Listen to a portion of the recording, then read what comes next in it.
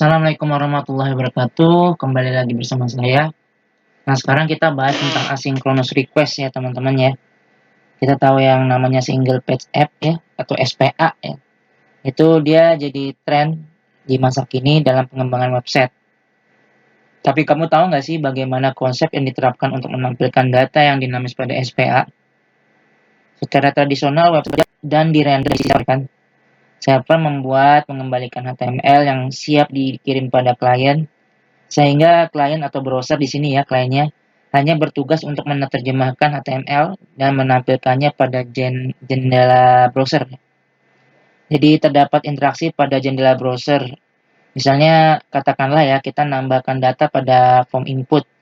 Maka siklus render yang harusnya dilakukan ulang untuk menampilkan data terbaru, browser akan melakukan reload sebelum menampilkan data.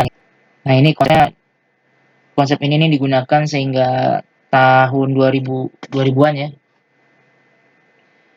Jadi tanpa nge-reload, intinya gitu sih. Sebenarnya pada akhir tahun 90-an, tim pengembang Microsoft ya, Outlook, itu menambahkan XML HTTP komponen ke browser Internet Explorer.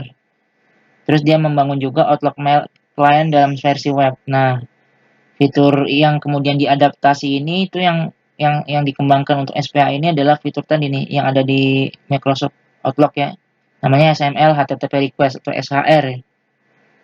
Dengan menggunakan SHR, browser dapat membuat HTTP request melalui JavaScript dan memperbarui data yang diberikan oleh server pada jendela browser tanpa memuat ulang ya. Jadi nggak memuat ulang seluruhnya. SHR juga dapat berjalan secara sinkronus tuh, sehingga penggunanya leluasa melakukan hal lain tanpa perlu menunggu proses komunikasi terhadap server. Nah, konsep ini digunakan untuk membangun website dengan konsep SPA dari SHR ya. Nah, sebelum JSON menjadi ECMA standar pada tahun 2013, XML merupakan format yang banyak digunakan dalam transaksi data ya. Sehingga konsep ini dinamakan asynchronous JavaScript dan XML, atau biasanya orang menyingkatnya itu AJAX gitu ya. Nah, pada tahun 2015 setelah munculnya Promise pada YES6, terdapat fungsi baru nih untuk memanfaatkan untuk menerapkan konsep AJAX, yaitu FAT ya. FAT lebih mudah dan fleksibel digunakan daripada SHR karena dia mengembalikan promise. Jadi tidak perlu melakukan callback lagi dalam menangani proses asinkronus.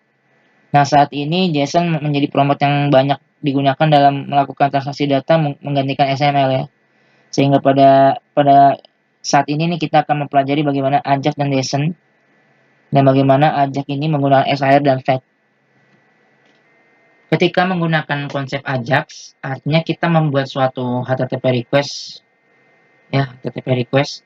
Nah, sekarang HTTP request itu apa? Halaman web yang saat ini kita buka dibangun dari berkas HTML, CSS, dan JavaScript kan. Nah, berkas tersebut dikirim oleh server ya.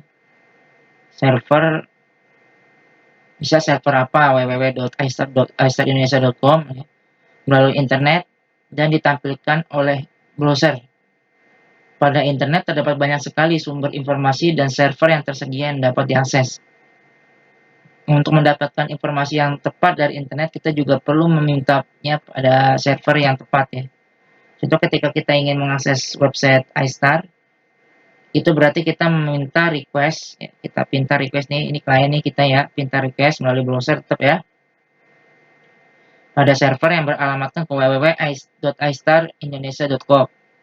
Kemudian server akan menanggapinya atau respon dengan memberikan informasi yang diolah oleh browser pada kita. Lalu tampilan di website iStar. Selama klien klien melakukan request dan server melakukan respon, data yang dikirimkan terformat dan tersusun menggunakan HTTP. Sehingga setiap kali klien meminta sesuatu dari server, nah itulah yang dinamakan dengan HTTP request.